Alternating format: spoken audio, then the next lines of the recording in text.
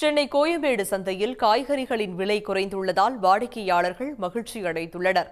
வெயிலின் தாக்கம் அதிகரித்துள்ளதால் வரும் நாட்களில் விலை அதிகரிக்கும் என்று வியாபாரிகள் தெரிவித்துள்ளனர்.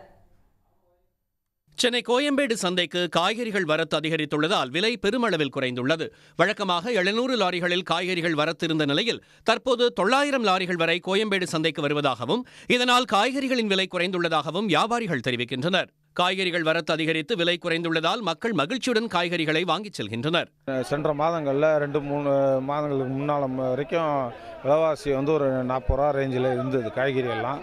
இப்போ எல்லாமே 10 ரூபா, 20 ரூபா, 30 ரூபா இந்த மாதிரி ரேட்டுகளில் எல்லாமே கணிசமாக குறைஞ்சிருக்கு. வெயில் காலங்களில் தண்ணி பற்றாக்குறை, மற்றபடி செடி அந்த வெயிலின் தாக்கத்தினால பயிர்கள் அந்தளவுக்கு விளைச்சலை கொடுக்காது. விளைச்சல் கொடுக்காதனால நமக்கு வர வேண்டிய வண்டியெல்லாம் கணிசமாக குறையும். கடந்த வாரம் கிலோ 60 முதல் 65 ரூபாய் வரை விற்பனையான தேங்காய் தற்போது 55 முதல் 60 ரூபாய் வரை விற்பனையாகிறது. தேங்காய் வரத்து அதிகரிப்பின் காரணமாக வரும் நாட்களில் அதன் விலை மேலும் குறையும் என வியாபாரிகள் தெரிவிக்கின்றனர்.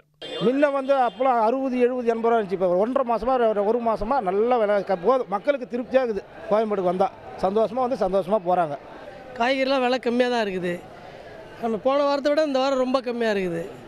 வெயிலின் தாக்கம் அதிகரித்துள்ளதால் ஏப்ரல், மே மாதங்களில் காய்கறிகளின் விலை உயர வாய்ப்புள்ளதாகவும் தற்போதைய விலை சரிவால் விவசாயிகளுக்கும் தங்களுக்கும் நஷ்டம் ஏற்பட்டுள்ளதாக வியாபாரிகள் கவலை தெரிவிக்கின்றனர். உடனுக்குடன் செய்திகளை தெரிந்து கொள்ள சன் நியூஸ் பெல் ஐகானை கிளிக் பண்ணுங்க.